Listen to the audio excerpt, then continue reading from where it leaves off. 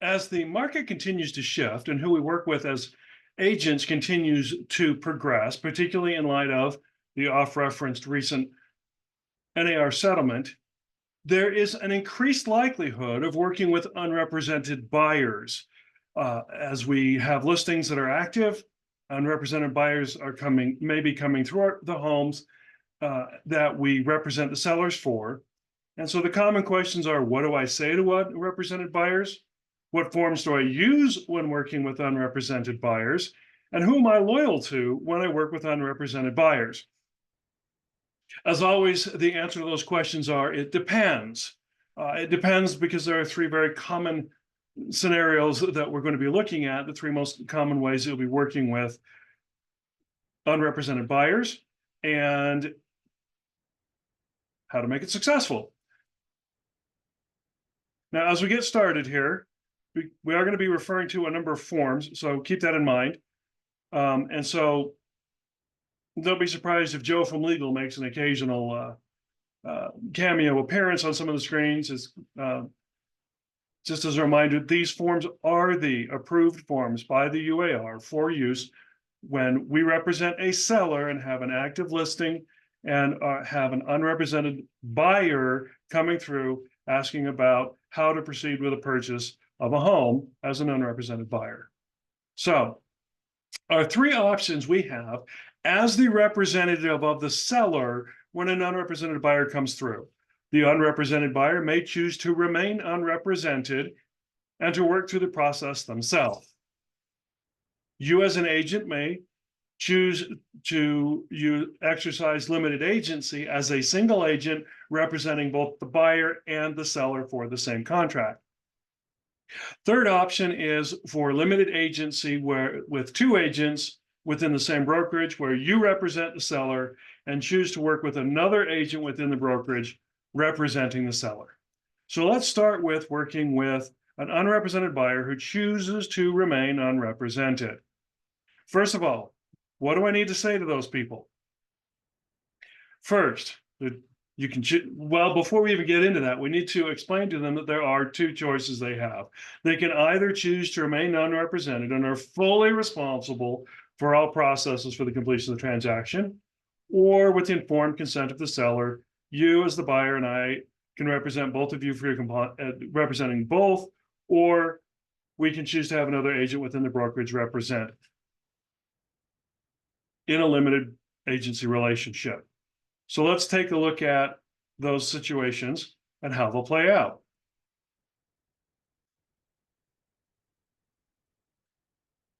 Oh, it's going a little. First, in working with an unrepresented buyer, you need to inform the buyer and they need to understand that you represent the seller in the transaction and can only answer any questions that the buyer may have from the seller's perspective. You can provide copies of, but not fill out the Rep C or any other documents. Or as a buyer, they can download the Rep C and some documents from the Division of Real Estate's website, and the address is provided there. We can provide a blank copy. We cannot fill it out for them. If they have questions about it, I represent the seller, not the buyer. I'm not going to be able to explain the contract to them. I'm not going to fill it out for them. I'm not going to do anything in that regards that could create any kind of implied agency further on. They are unrepresented. They are on their own. If they choose to remain unrepresented, the buyer needs to understand that they will need to be able to provide the real estate purchase contract, the FHA VA addendum if needed, the unrepresented buyer disclosure, which is required, lead-based paint disclosure if needed, and any other blank addendum. Now, the real estate purchase contract, the FHA VA addendum, and a blank addendum to the Rep C are all available through the division's real estate at realestate.utah.gov. Unrepresented buyer disclosure is not available to that website. You may provide a copy to them. And the lead-based paint disclosure, if it is required as part of the process, may be provided to them because you should already have that as the listing agent. However, how to complete those, fill them out, and adequately get them executed, the buyer is on their own for that. We're just providing them the copy and they are to fill it out. Again, as a reminder to them, they chose to remain unrepresented to do this. Let's take a quick look at that unrepresented buyer disclosure. At the beginning of it, the buyer and the seller, both are being acknowledged. The location of the property, the agent representing the seller, you, and the brokerage representing the seller, prime real estate experts. The disclosure then explains to the unrepresented buyer what the seller's agent's responsibilities are, the buyer's agent's responsibilities would be, and the agent of both the buyer and of both a buyer and a seller. It explains to them that the seller's agent represents seller, the buyer's agent represents buyer, and that we have a responsibility for honesty, fairness, and dealing in good faith. They are choosing to be unrepresented. Now, if you're an agent of both buyer and seller, it also explains in there briefly what limited agency is and the responsibilities of documenting limiting agency. At the bottom of it is a confirmation of agency in this transaction. This is where the buyer documents and confirms that they are choosing to be unrepresented, and that the agent in the company will only represent the seller in this transaction, and that the company has no obligation to them. They've been advised. We've told them over and over, you have elected to be unrepresented by a real estate agent in the transaction. The buyer signs that, and then you sign it as the agent representing the company, acknowledging that they are unrepresented. This must be in the file. Now, basically, who am I loyal to in this situation now? They have chosen to be unrepresented. If the buyer decides to remain unrepresented, your loyalty lies solely and completely with the sellers you represent. If buyers have questions about the contracts, about the processes, about anything that has to be done, they can consult an attorney, other professionals at their expense, but they have chosen not to be represented and are solely responsible for the buyer's side of the transaction. Now, your seller needs to understand if the buyer has chosen to remain unrepresented, that the earnest money should be held at the seller's brokerage rather than a title company. Our preference with that is we have control over disposition of the earnest money in the event that there is any type of cancellation or dispute. Underrepresented buyers are most often not aware of the deadlines they're dealing with, not aware of the process, any documentation they may need to provide. They can be more difficult to work with because they are not versed in the process. They are more likely to make mistakes or to miss deadlines or to have questions that we're not answering. They're more likely to make mistakes. Now, on the plus side for the seller, we're not going to be paying any agreed to seller any compensation to the buyer brokerage, so there could be some advantages, to your seller that way. And it's also an opportunity that we could leverage the actions of the buyer in favor of our seller. So, for example, unrepresented buyer fails to get earnest money in by the 4 calendar day deadline. Better offer comes in. As seller's agent, I can call and inform the buyer that he is considered in breach of contract for failing to provide the earnest money by the deadline. Seller will be canceling and move on. Buyer is unaware of or does not know how to work with the due diligence deadline. After the passing of the due diligence deadline, makes requests for repairs or due diligence items. We represent our seller and can say he's already passed that deadline. He's on his own as an unrepresented seller or buyer, where they fail to get anything done during the course of it. We can use that to leverage, particularly if better offers come in and the unrepresented buyer breaches contract. It'd be more easy to move on to another offer. Let's look at our next choice.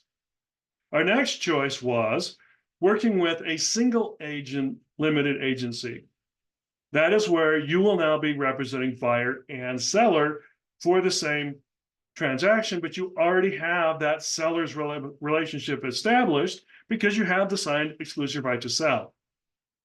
Explain to the buyer that you will be required to complete the buyer agency agreement and agency disclosure form in order to represent them prior to moving to the next step, which is the completed and limited agency consent agreement with signatures by the buyer and the seller.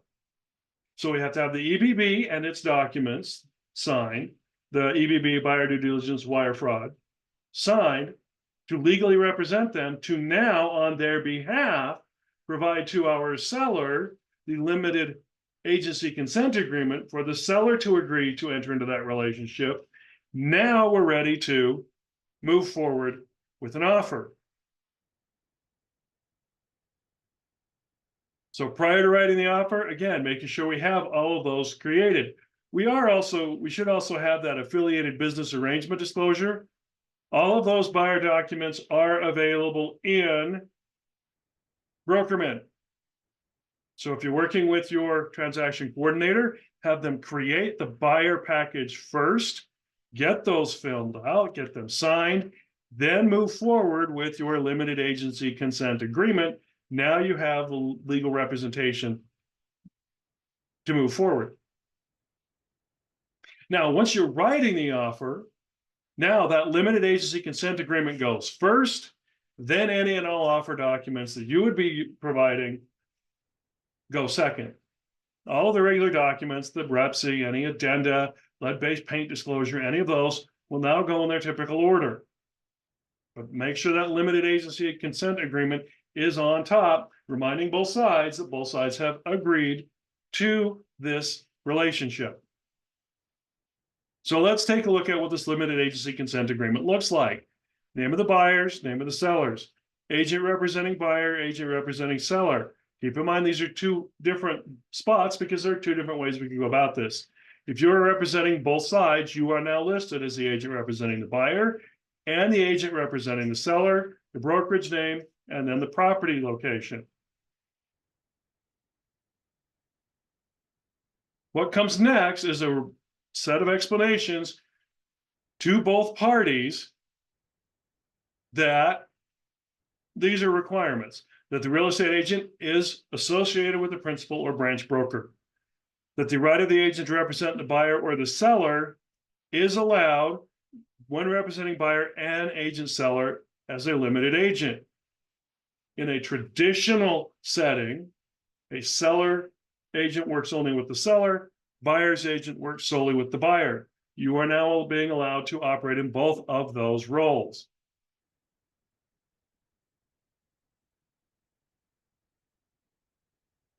The important part is paragraph 5. They need to read through this and understand that you are representing now both sides.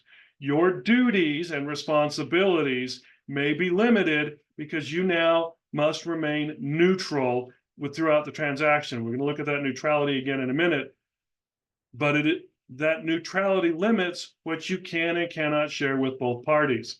You are now going to be privy to the confidential information of both parties within the transaction, both parties that are going to be negotiating with each other, and you cannot take confidential information from one party that may weaken their position and share it with the other party. If you know what the maximum buying power for the buyer is, you can't share that with the seller to try to push the seller, to help the seller push it to a higher price. That's an example. You cannot weaken the bargaining position in any way of one side or the other. If you know the seller's in a position that they could make lots of repairs, but they don't want to, but they could, you can't share that with the buyer and say, by the way, they can do this and this and this and this. They're okay with that. You have to just simply say to each buyer, Mr. Buyer, Mrs. Buyer, you request, Mr. and Mrs. Seller, Mr. and Mr. Buyer, Mr. and Mr. Seller, however the relationships are, buyer, seller, buyer makes request, seller responds, seller makes request, buyer responds. You remain neutral in the middle. However, that said, we're going to go over some additional details about that. If it's an in-house sale, That is where member of our brokerage represents the seller already. Another agent within our brokerage represents the buyer. Because the exclusive right to sell and exclusive buyer broker agency agreement are at the brokerage level, it must be disclosed that both agents work within the same brokerage. And that conflicts may arise because of that, because of the flow of information within a brokerage that may put confidentiality at risk. However, we're going to go over safeguards to protect you as we look at that type of agency where you have one agent in each position. Earnest money deposit. This allows the brokerage to receive the earnest money deposit. Now, this is where we, as the agent working with this unrepresented buyer, needs to then explain to them they have two choices. If they are choosing to work in that one agent limited agency situation where you will represent both parties, you are responsible to mark that the buyer and the seller consent to your name and the principal or branch broker representing both the buyer and seller. This box has to be marked. We look at paragraph B in a minute, but that's for option number 2.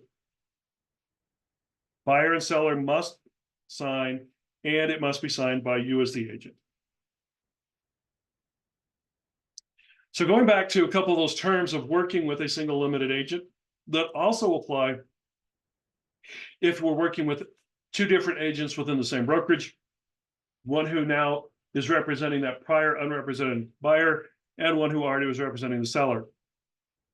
That requires complete neutrality. If you are the only one representing both, you must remain completely neutral as an agent yourself, and all confidential information must be protected.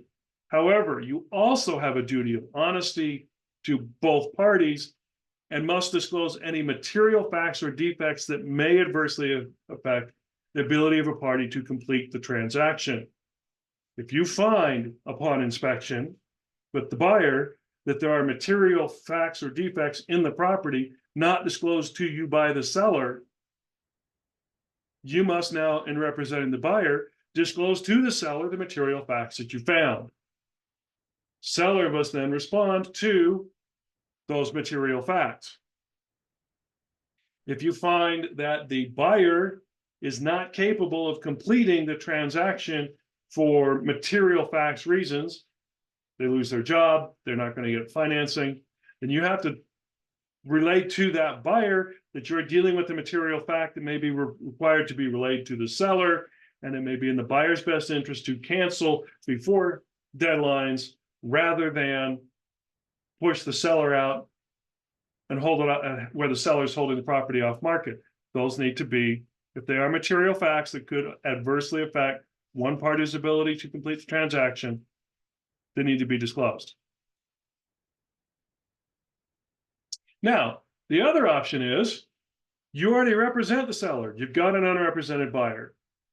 You're at an open house. Unrepresented buyer comes through.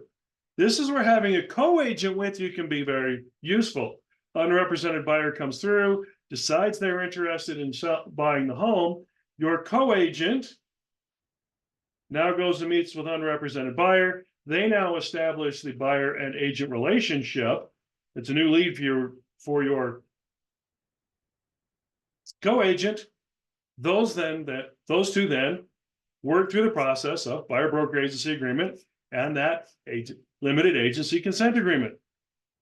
You can recommend a buyer to work with another agent in the brokerage.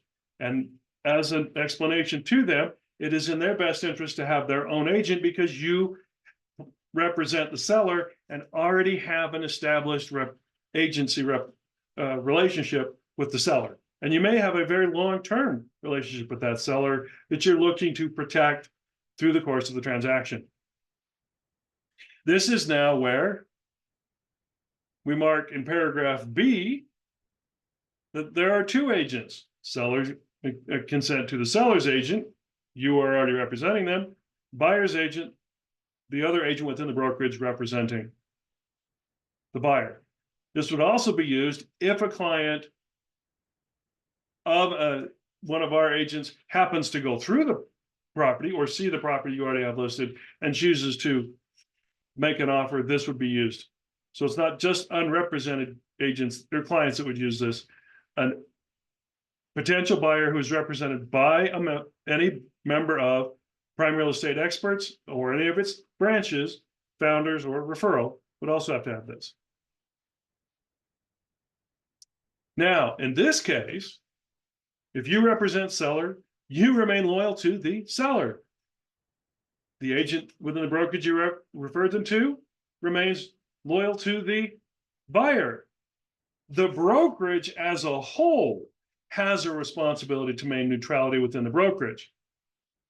In order to do that and best protect you as the seller's agent and the other agent who's now stepped into the role of the buyer's agent, each agent would be assigned to work with a specific broker within the brokerage, Marty, myself, or Craig.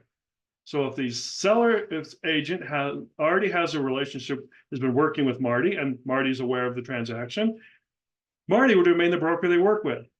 Buyer would then be assigned to work with myself or Craig, so that you can continue to have conversations with a broker, ask the kinds of questions you would ask a broker, but that broker now is only part of one side of the transaction, maintaining that neutrality.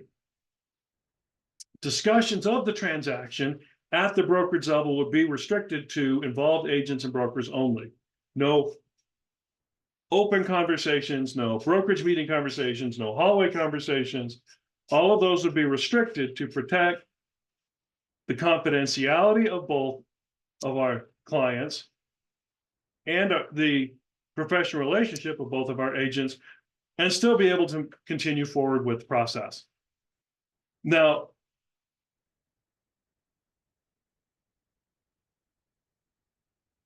as we finish out here on the last blank page, let me share a couple of examples of how that has worked out in the past.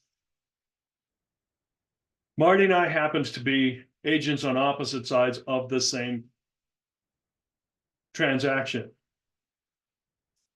We appointed a third party representative to always be present when a conversation was being had about the transaction. And that was the only time when the transaction would be discussed. And I would say to Marty, I am coming to you as representing buyer so-and-so. And I'm making a request of your sellers. And Marty would say, okay, I am representing seller so-and-so. I will convey that information to my sellers and return the conversation. Now, as an individual agent, and you're assigned to work with me as your broker, and the seller agent is working with Marty, you come to me and say, my buyers have such and such a question. How do I help them with that? You and I have that conversation. You relay the information to the buyer. Your buyer then sends their request to the seller. Seller's agent has a couple questions, turns to Marty and says to Marty, what do you recommend? They have that conversation. Neither buyer or I are part of that agent are a part of that conversation. Seller's agent working with Marty then makes a representation or discussion with the seller. Seller decides their response and sends it back. If both agents feel like they need to have a face-to-face conversation, that it would make this easier to complete, then both brokers would be present as well, so that I can help the buyer's agent make sure that they're not over disclosing where they get, and the seller's agent has a broker there to make sure that they're representing their client's best interest and not over disclosing or overthinking the process. Unrepresented buyers, you're going to see them. It's possible and it's likely as the market shifts that they're going to go out and and many may have been misinformed that, hey, you could save on the overall price of the home because you're not represented. And the sellers won't have to pay any compensation for an agent. Just remember that as a buyer unrepresented, they cannot receive that compensation. They have no legal claim to it. So if the seller signs 6% on they'd sign 3% on their listing agreement and 3% to a buyer broker, sorry, as a listing agent, you don't get 6%. You can only receive the 3. The other 3% actually remains with the seller. So from a seller's perspective, that might be a plus working with an unrepresented buyer, but they need to understand the risks of working with an unrepresented buyer. As always, if you have questions, please ask before you start entering into this type of relationship to make sure you are fully protected as the agent. And let me know if you caught where Joe from Legal made a couple of guest appearances as we work through our ever-changing market.